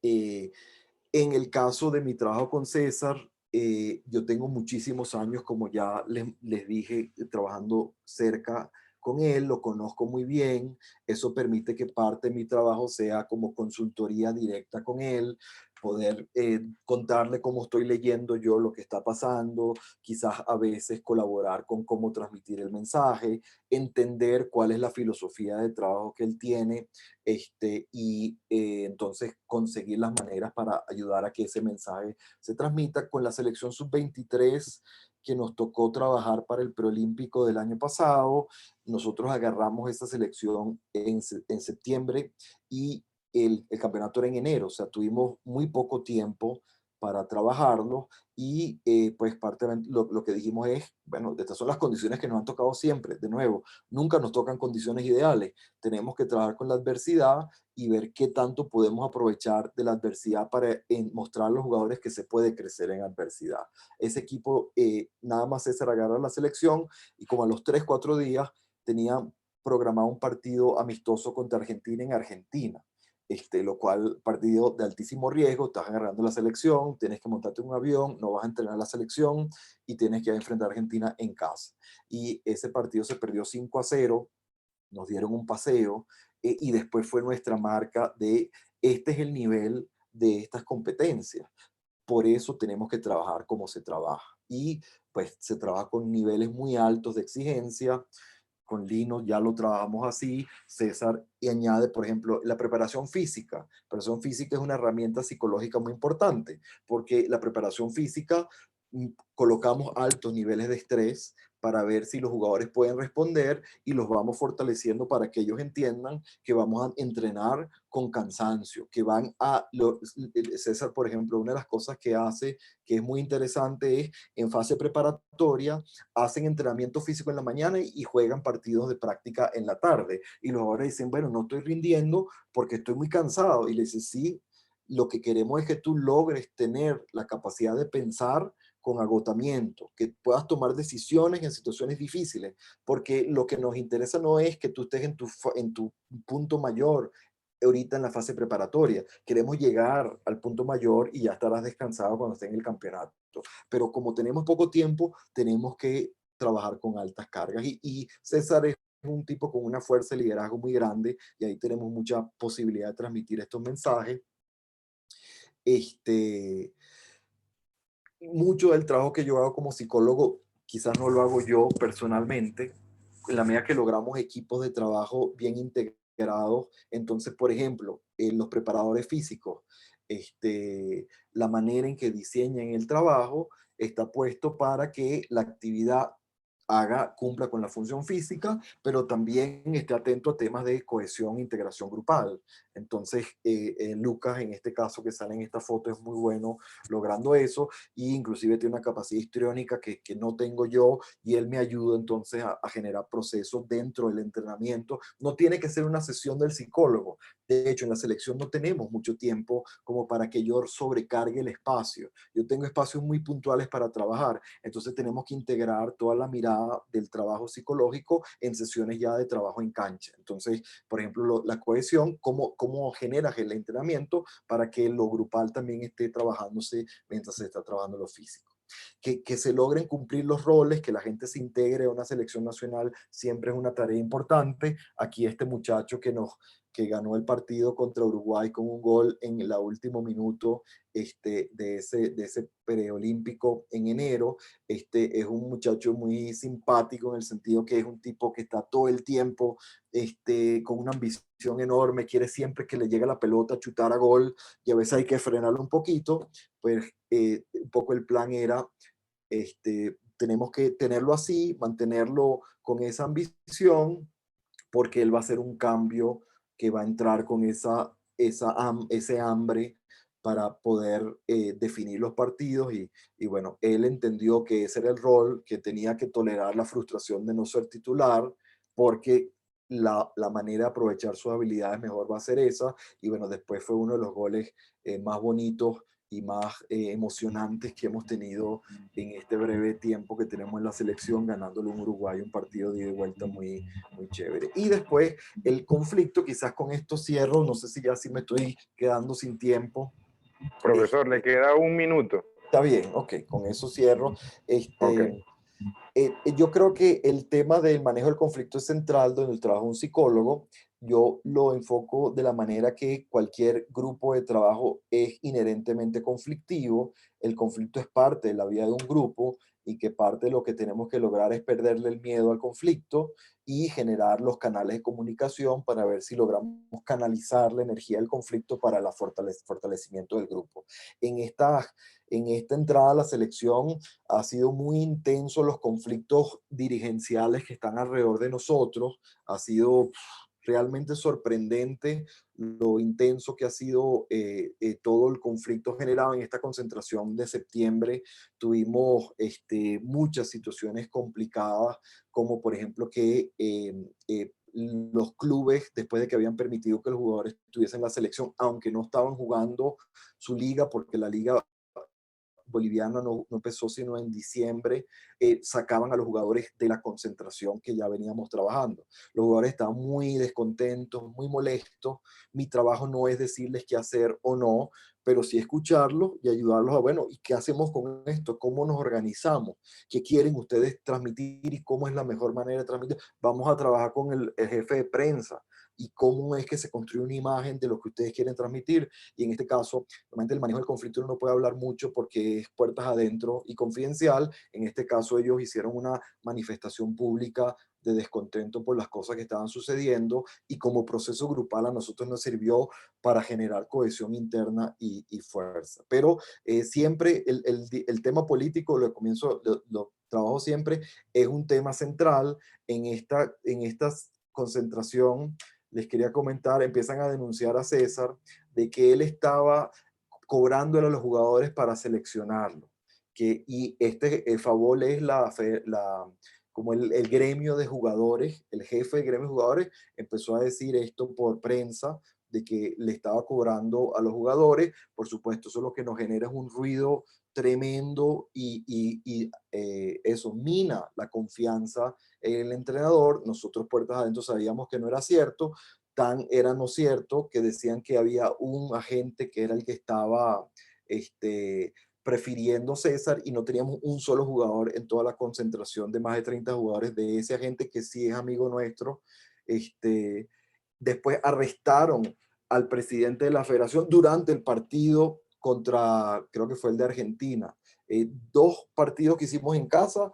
El primero hubo un allanamiento de la federación el día de uno de los partidos y el otro partido en casa arrestaron al presidente de la federación durante el partido.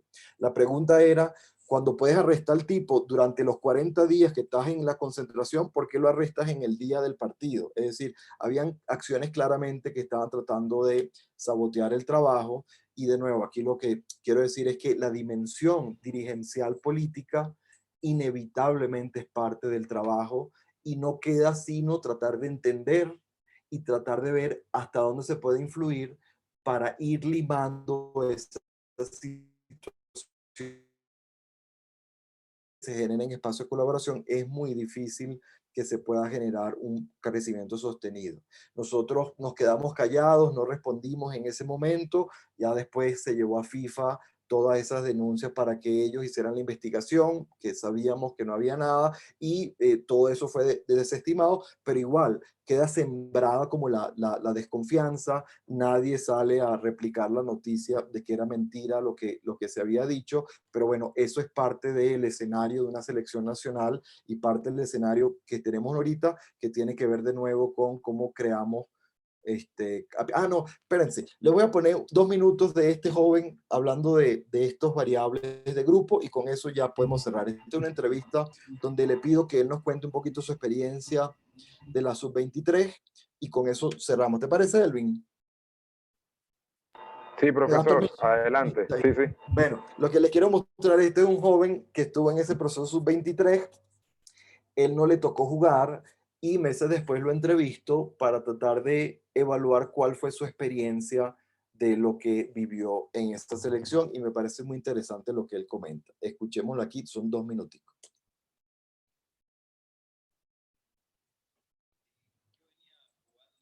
Titular en Blooming, venía con varios partidos ya. Y yo decía que no me iba a costar mucho, como venía con ritmo, viendo y todo. Y la intensidad que el profe nos pedía en nación en esos días era muy exigente. Me daba cuenta que me faltaba mucho. Llegué a la selección a darme cuenta que hay un camino largo todavía que aprender, que exigirse. Hay técnicos que te enseñan pues, muchas cosas y te pueden aprender muchas cosas del profe.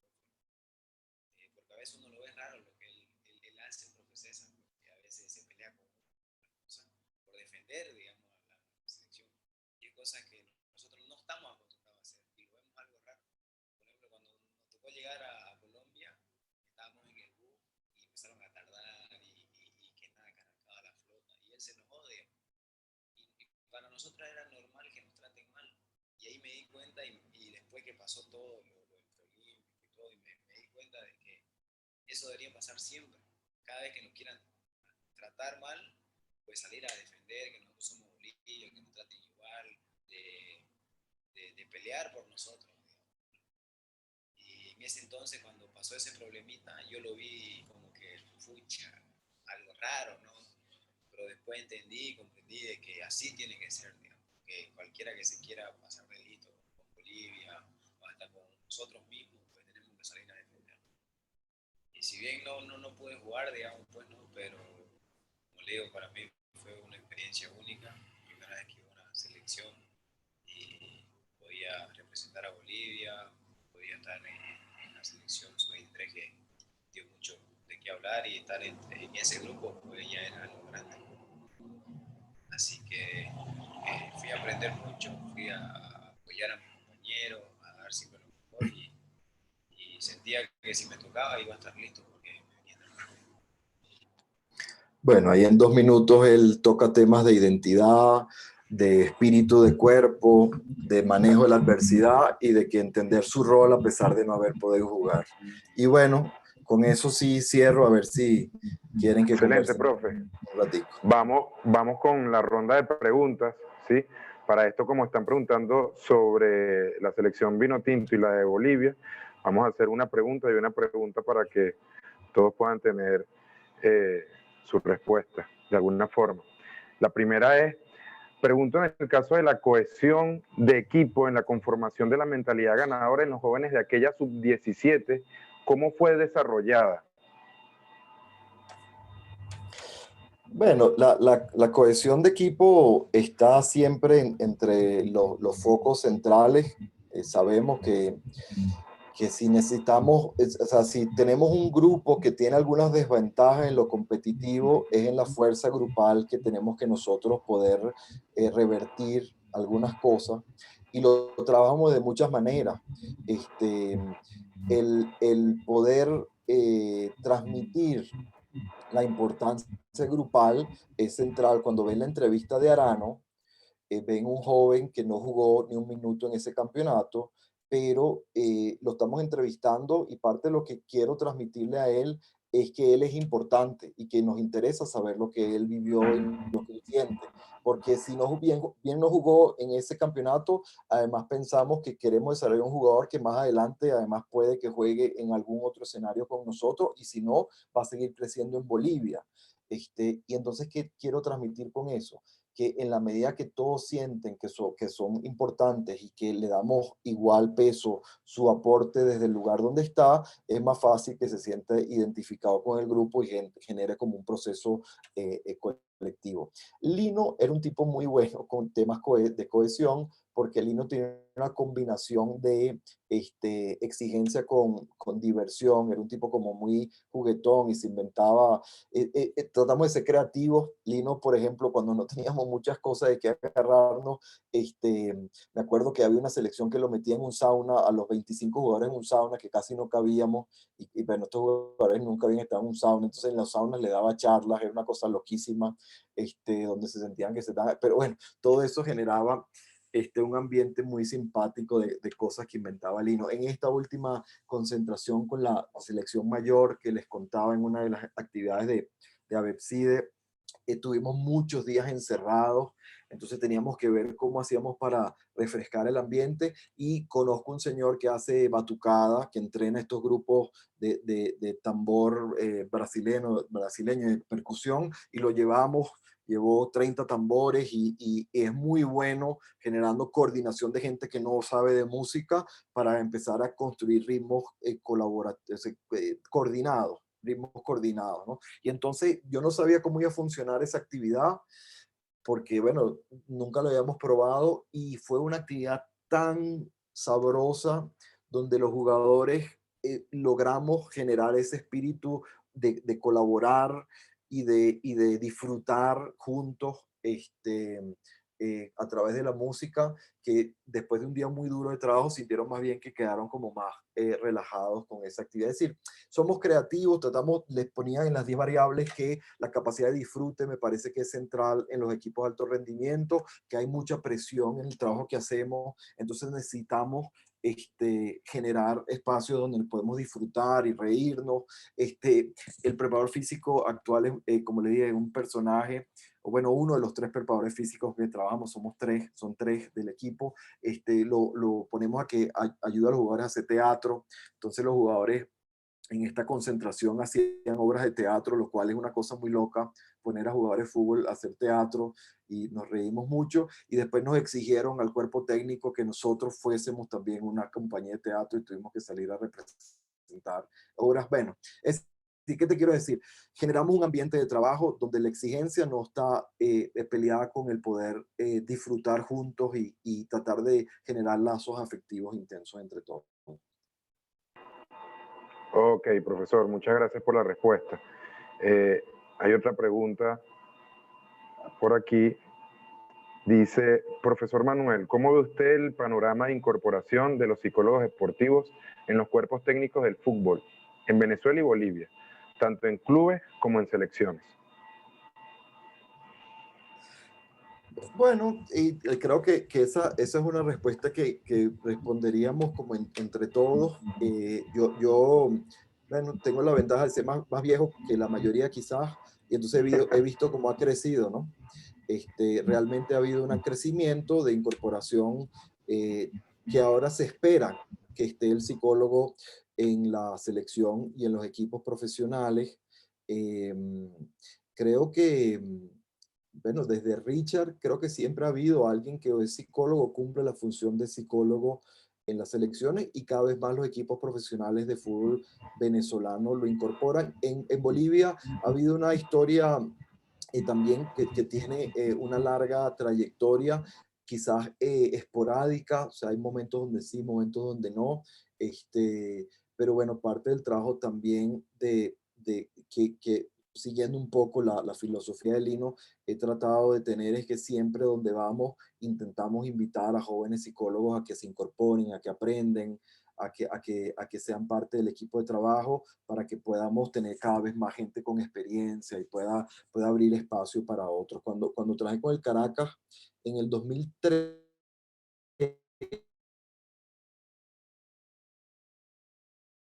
y el gerente de ese momento, Karim Asafo, fue muy generoso e inteligente captándolo, que decía, bueno, no sé si yo me voy a poder quedar en el equipo, pero vamos a hacer lo siguiente, vamos a asegurar que se quede la función en el equipo, que más allá de que esté yo o no, haya la función del psicólogo y que podamos generar las estructuras para que y el Caracas casi siempre ha tenido psicólogo, ahora el psicólogo del Caracas es un gran amigo y bueno, ha sostenido esa función. Y yo creo que va creciendo y en la medida que los psicólogos aportemos valor, o sea, la tarea es aportar valor. Si los entrenadores con que trabajamos y los atletas que trabajamos sienten que algo de su trabajo mejora por nuestra presencia, pues seguramente van a seguir buscando psicólogos, ¿no?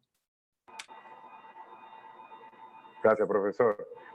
Hay una pregunta de Guillermo.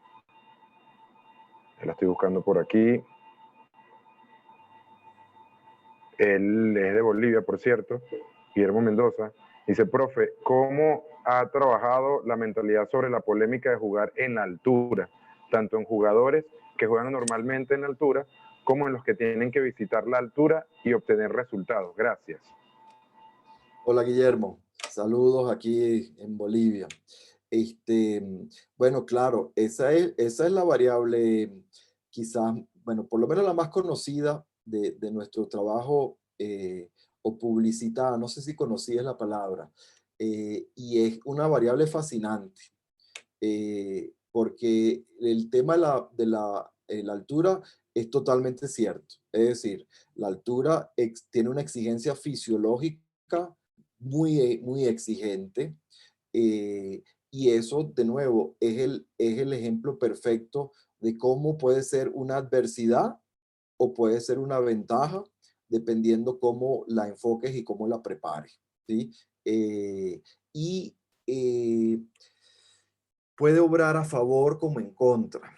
Es decir, con los jugadores que están trabajando en La Paz, que generan la capacidad de trabajar en la altura y saben aprovecharla, entonces lo incorporan en cómo se administran físicamente en el partido, lo incorporan en cómo toman decisiones tácticas en el partido, se programa un equipo que va a jugar de cierta manera para aprovecharla al máximo, pero también puede suceder lo contrario que a veces sucede, que es que como tienes esa ventaja natural, también bajas los niveles de alerta, pierdes entonces la garra que sientes cuando no estás en la altura y tienes que luchar, porque sabes que el rival corre tanto como tú. Entonces, bueno, es una variable interesantísima que creo que nos sirve de ventaja, pero hay que saberla trabajar para planificar bien cómo administrarla.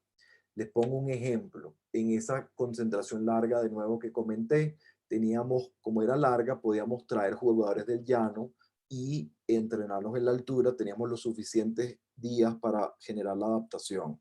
Y el preparador físico, Alejandro Foglia, que es muy bueno con toda la parte tecnológica, montó todos los números para irles demostrando que eso en niveles muy altos de exigencia, ellos iban a poder lograr niveles de rendimiento muy altos en altura. Entonces tuvimos jugadores que venían del llano y al final de la concentración estaban corriendo 12, 13 kilómetros en los 90 minutos de partido, que cuando le mostraba los datos el preparador físico, los jugadores decían, nunca me imaginé que yo podía correr tanto en la altura, porque estoy acostumbrado a la liga en que subo y cada vez que subo la altura me cuesta muchísimo. Entonces, ¿qué te quiero decir con eso? Hay un trabajo físico ahí que está sucediendo, pero hay un trabajo psicológico, que es decir, tú tienes la capacidad de superar la adversidad. Si nosotros nos volvemos fuertes en esto, todo lo que tú viviste en estos 40 días, lo que va a vivir el rival, es una variable que está todos los días en nuestro trabajo. Gracias, profe. Otra pregunta por aquí que hacen. Dicen, profe, ¿qué le ha faltado a la selección boliviana para ser más letal en la fase ofensiva y más seguro en la fase defensiva? Sí, bueno, esas son preguntas que ya me meto en terrenos que me da un poquito de susto meterme, porque tienen que ver con temas de los entrenadores y tácticos, y realmente no soy yo el que le corresponde responder. Pero voy a intentar dos cosas que creo que sí tienen que ver con mi trabajo. Uno, yo creo que lo que más tenemos que lograr para aprovechar todo el talento que hay en Bolivia, que creemos que es muchísimo, es generar procesos colaborativos a todos los niveles, ¿sí?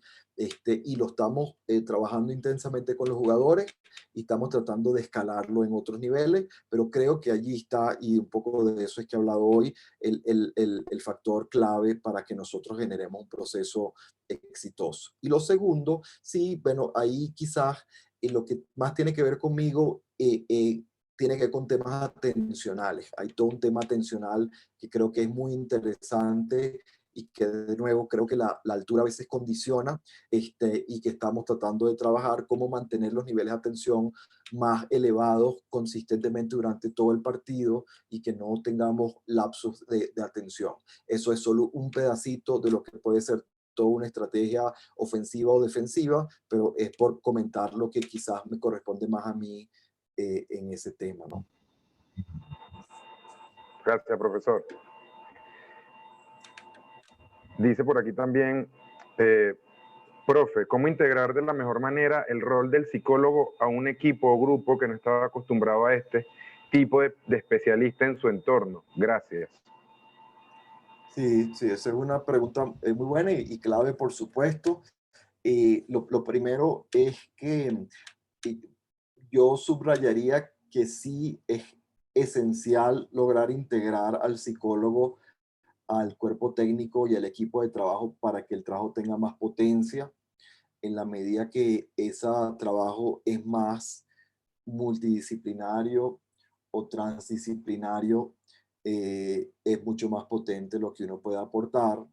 No todos los espacios donde uno llega están tan abiertos a poder recibir lo que uno tiene para dar. Yo tengo la suerte de que sí, en los equipos de trabajo que estoy, como les comenté, tengo muchos años, y entonces ya es muy fácil, o por lo menos nos entendemos los lenguajes donde estamos trabajando y hay una disposición a incorporar lo psicológico. Pero yo creo, eh, una parte de mi formación es como psicólogo comunitario, ¿sí? Y creo que eso influye mucho en cómo yo veo también el trabajo, en el sentido de que insertarse en una comunidad es una tarea de poder generar Está procesos de leyendo otra cosa en la pantalla. Qué boludo, ¿no? ¿Viste que te re das cuenta de nada así, tipo, leyendo otra que como psicólogo comunitario un poco el entrenamiento tiene que ver con cómo generamos un proceso inicial de familiarización de esos colectivos, esos grupos, cómo entendemos las claves culturales de ese grupo, cómo entendemos quiénes son los líderes importantes allí, y cómo generamos un conocimiento que va en dos direcciones, ¿sí? Yo creo que esa es quizás la mejor aproximación para poder generar la integración. Dice el psicólogo que está entrando a un sitio nuevo, un poco lo que me invitó Lima a hacer, es tener la paciencia de entender cómo se ve el trabajo desde el lugar de los que están allí ya, poder comprender sus maneras, su cultura, y ir incorporando cosas en la medida en que van pidiendo cosas y hay necesidades claras identificadas. Con los psicólogos jóvenes con que he trabajado, que se están incorporando en lugares, una de las cosas que les transmito, que a veces siento que de las cosas que les entorpecen el trabajo, están muy ansiosos por demostrar que tienen cosas que aportar.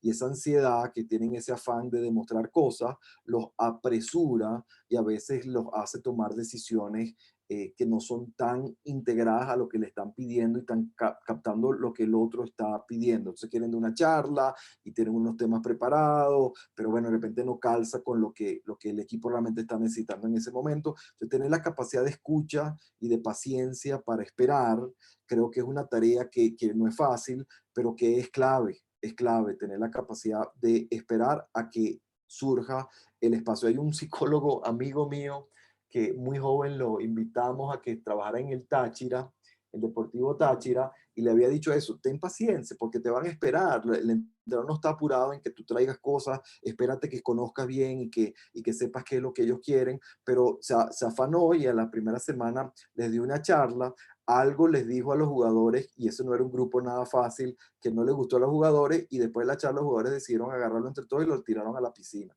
Ese fue su debut dentro del Deportivo Táchira.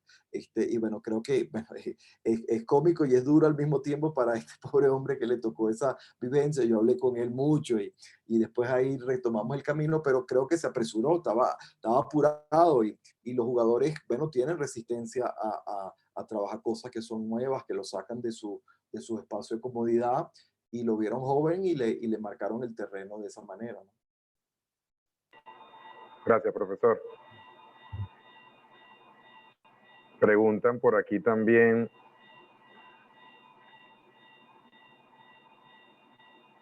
¿qué espacio de trabajo tiene semanalmente? ¿Trabaja diariamente con el equipo? ¿Realiza trabajos en cancha en el entrenamiento, profesor? Sí, a ver, en cuanto a la selección en particular, como le decía, normalmente los espacios son breves, ¿sí?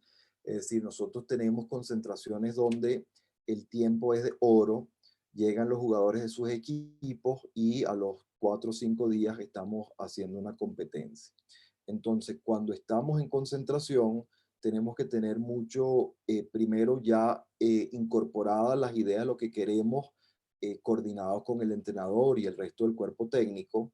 Y entonces allí están claro cuáles son los mensajes que se quieren transmitir. A veces, como le digo, no soy yo el que los transmite, y los transmite el entrenador y los asistentes o el preparador físico. Y yo sí tengo sesiones con los grupos de la selección, a veces diario, a veces cada 2 días. Trato de trabajar mucho con video, ¿sí? Creo que los videos son muy poderosos para transmitir rápido algún mensaje que uno quiere. Si, por ejemplo, eso, hay una concentración donde el foco está en la atención, los niveles atencionales. Entonces, porque creemos o cree el cuerpo técnico que hay que mejorar esos niveles para un rival o para un escenario en particular. Entonces, por ejemplo, una serie de ejemplos visuales de ellos mismos y de sus rivales en que bajan los niveles de atención después de una reanudación de juego, donde se les ilustra de manera positiva y negativa, y se trata de ilustrar de manera atractiva para que les llame la atención previo al entrenamiento. Bueno, a veces son videos que pueden ser de 5 o 7 minutos, más unas palabras que uno puede dar, y puede ser que la intervención de 10, 15 minutos sea efectiva.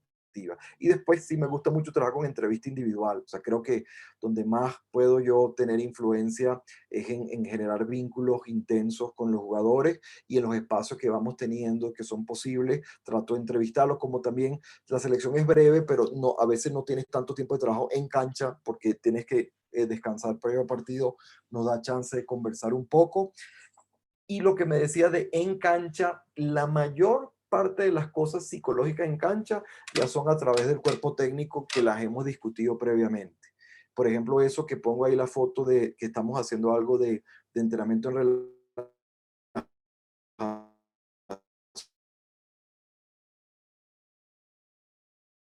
es lo que hacemos cuando tenemos una concentración breve. Gracias, profesor. Una pregunta de María de Uruguay.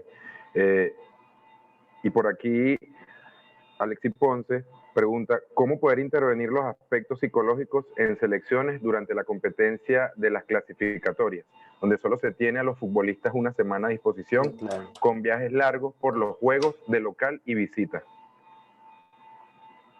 Sí, claro, por supuesto. Un poco lo que estaba diciendo, el tiempo de trabajo. Entonces, si no lo previo, para poder generar esos canales de comunicación sólidos, uy, se me escucha, se me Sí, entrecortó. profe, se le escucha. Sí, sí, profesor. Por un momento se lagueó, pero ya se escucha de nuevo. Ahora, Ahí sí, ahí sí, se escucha sí, entrecortado. les decía entonces que, bueno, aló. Uy, Sí, se perdón. Ya acomodó. continúa Listo. nuevamente. Ya Puede sí, ok. continuar, profe. Ok. Que el trabajo del vínculo a largo plazo es importante. Quizás he tenido la suerte que muchos de los procesos que hemos tenido hemos trabajado también con esos jugadores en juveniles. Ahora en Bolivia,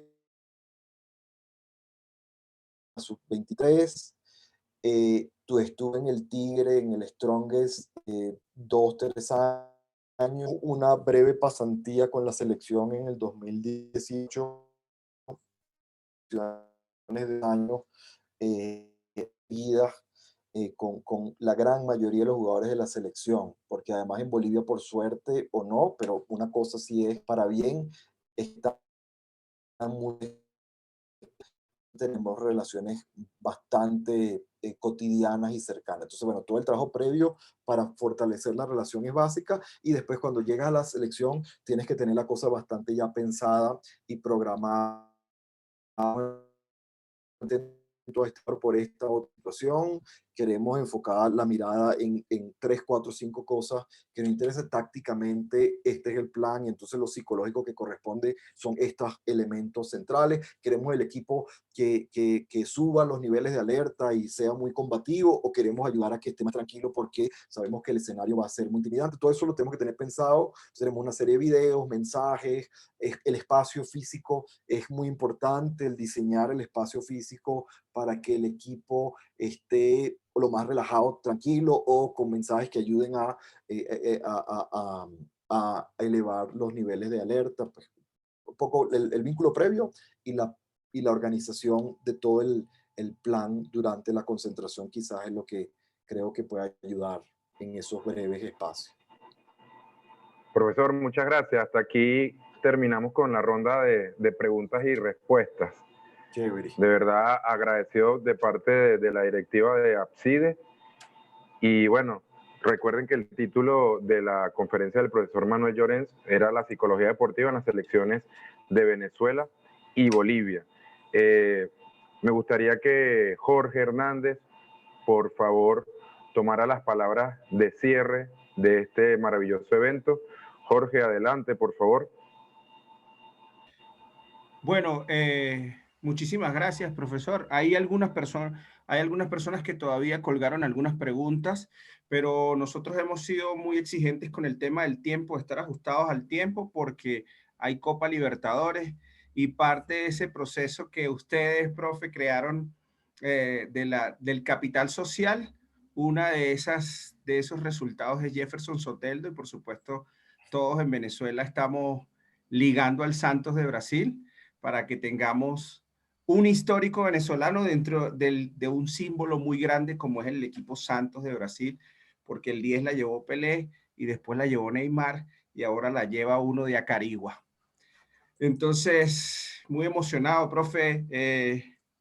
Esto de lo que cuenta, pues por supuesto del lino, principalmente todo lo que lo quisimos, todo lo que nos mueve la fibra, todo lo que fue crear ese visionario. Y quiero que todos sepan que yo no había conversado nada con Manuel sobre su presentación y no sabía que él iba a hablar de lino, y quedó la cosa totalmente sincronizada a ritmo de batucada, ¿no?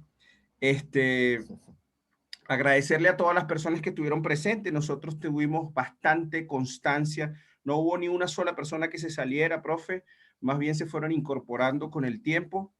Creo que esto que usted acaba de hacer, más que un trabajo psicológico, es una visión sociocultural del fútbol, cosa que yo realmente no había visto, y que creo que esto en Venezuela se debe transmitir en cadena nacional para que se entienda por qué llegamos a ser lo que somos. Porque hay gente que llega a criticar la Vinotinto de manera muy responsable y no sabe los procesos que están por detrás. Yo le confieso que me emocioné muchísimo. Hubo momentos en que las lágrimas se me salieron por la emoción de ver y saber todo ese trabajo con Roberto Rosales, con Tomás Rincón, con Salomón Rondón.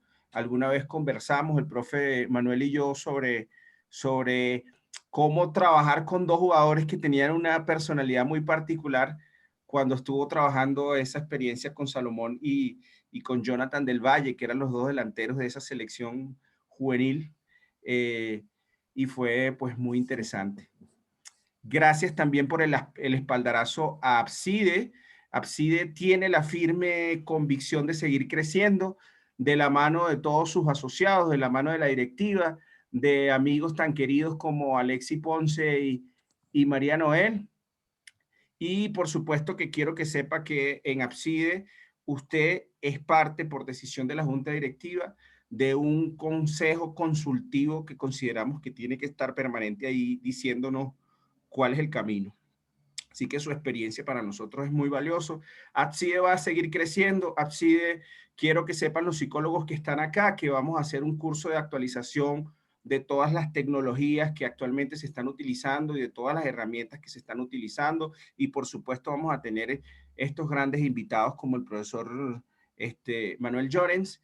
Y también quiero decirle que vamos a empezar la discusión con los entrenadores que están acá para crear una herramienta que fortalezca la participación del entrenador en todos estos procesos psicológicos y que pueda tener apertura.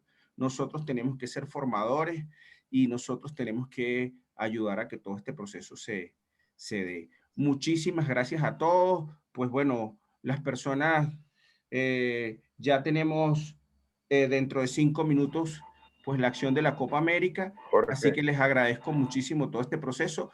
Un elemento para cerrar es que ya está estructurado el documento de registro formal y oficial de la Asociación Venezolana de Psicólogos del Deporte, y eso nos va a dar, hay muchísimas, o sea, este movimiento ha generado tantas cosas, y se lo digo también al profe Manuel, que hay mucha gente acercándonos a nosotros para hacer convenios, tanto asociaciones de psicólogos como federaciones deportivas, como clubes, y realmente nosotros queremos ser suficientemente humildes para que todos podamos participar y que sea una participación democrática, que es el espíritu que siempre ha tenido Alexis Ponce dentro de las organizaciones que a nivel de Sudamérica están vinculadas para llevar nuestra profesión a un gran nivel. Muchísimas gracias por todos. Lo dejo con la excelente moderación de Elvin López. Ahí sigue. Y pues muchísimas gracias por asistir a nuestro evento macro que abre nuestras actividades del mes de que cierra el mes de enero y que abre nuestras actividades del año 2021. Gracias, Jorge. Por un momento se te cortó el audio, pero volvió. Rosmeli, te encargo. Ajá, les pido que todos activen su cámara, por favor, y sonrían. Ok, ya las voy a tomar. Espero por todos para que se pongan guapos, prendan sus Rosmeli, cámaras. mientras que estás con el tema de la foto, hay profesor Manuel, no, si está por ahí todavía, por favor. Sí, aquí estoy. Sí, hay un reto particular que se desarrolló en la directiva y bueno, a usted es el que le falta realizarlo. Como habló de la parte creativa y la dinámica, sí, es importante que pueda repetir esto. Camarero, por favor, desencamarónamelo. Camarero, por favor, desencamarónamelo. Cónchale, creo que no pasé. Bravo. Ya el profesor venía practicando. Eso está grabado. Mira, invitemos a nuestros invitados de honor, Alexis y a María. Y María Noel. Sí, por bueno, favor. Lo que pasa es que hay gente que no sabe de dónde viene esto. Nosotros hicimos un cierre el año 2020 e hicimos este reto como parte de las actividades recreativas que planificamos. Entonces, por eso se le pidió a nuestro conferencista que dijera, camarero, desencamarónamelo. Elvin, qué bien. Bueno, chévere. Muchísimas gracias. Bueno, no sé si va, usted tiene la batuta, señor Elvin, para cerrar. Echarles y tomar las fotos. Así que ahí voy, vayan poniendo sus sonrisitas que ya voy a ir capturando las pantallas.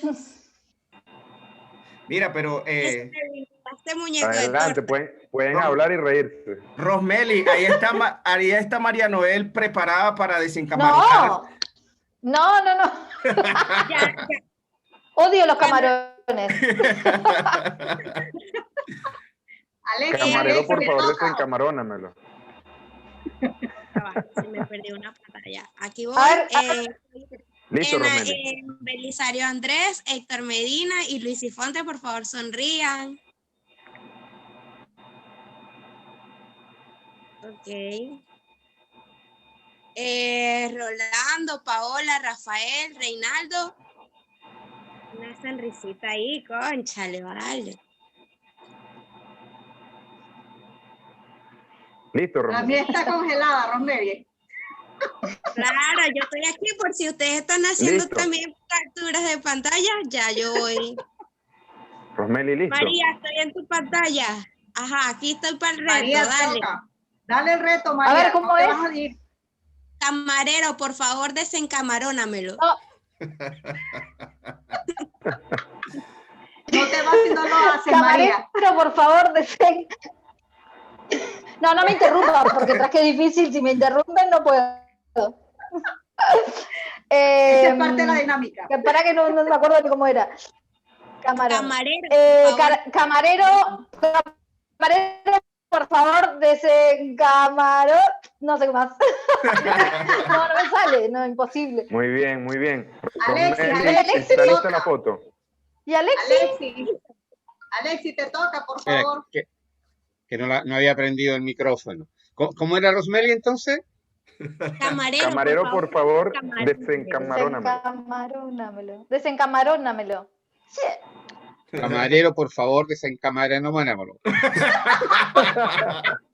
Excelente. Bueno, señores, un gran abrazo a todos. Gracias a todos los entrenadores que participaron en este evento junto con nosotros, los psicólogos. De verdad, muy agradecido. Y bueno, inevitablemente la fanaticada nos lleva a hinchar por el Santos en la tarde de hoy. Muchísimas gracias. Esto va a poder, yo lo estoy grabando, esto vamos a hacer el video para ver si se le podemos hacer llegar esta grabación a sus correos. Esto Estén sería atentos a nuestras redes sociales, donde vamos a estar comunicando por dónde vamos por dónde van a tener acceso al video para que puedan repetir la ¿Cómo sale en las experiencia. redes sociales? ¿Cómo sale en redes sociales? @B de B pequeña, V, Abs. CIDE. Abside. Ahí lo colocaron en el chat. Ahí lo colocaron en el chat. Abside. Perfecto. Bueno, agradecidos a todos por estar presentes. Profesor Manuel Llorens, muchas gracias, de verdad. Creo que para todos ha sido un inmenso placer. Profesora Mariel Sarcos está ahí conectada. Hola, gracias por conectarse y estar con nosotros. Alexi Ponce, gracias por el apoyo. María Noel también. A todos los entrenadores. Gracias por la invitación. También de las universidades de aquí de Venezuela, pues agradecemos el apoyo y queremos que se siga manteniendo. Con esto me despido y les deseo feliz tarde y muchas bendiciones a todos. Especial agradecimiento a Joseph Rojas por todo su apoyo a la asociación. Usted también va a ser parte, Joseph, de nuestro consejo consultivo, tengan la seguridad. Bueno, hasta luego, chao, señores. Hasta luego. Feliz noche, un placer. Gracias, Jorge. Profe Manuel. Gracias a todos, saludos.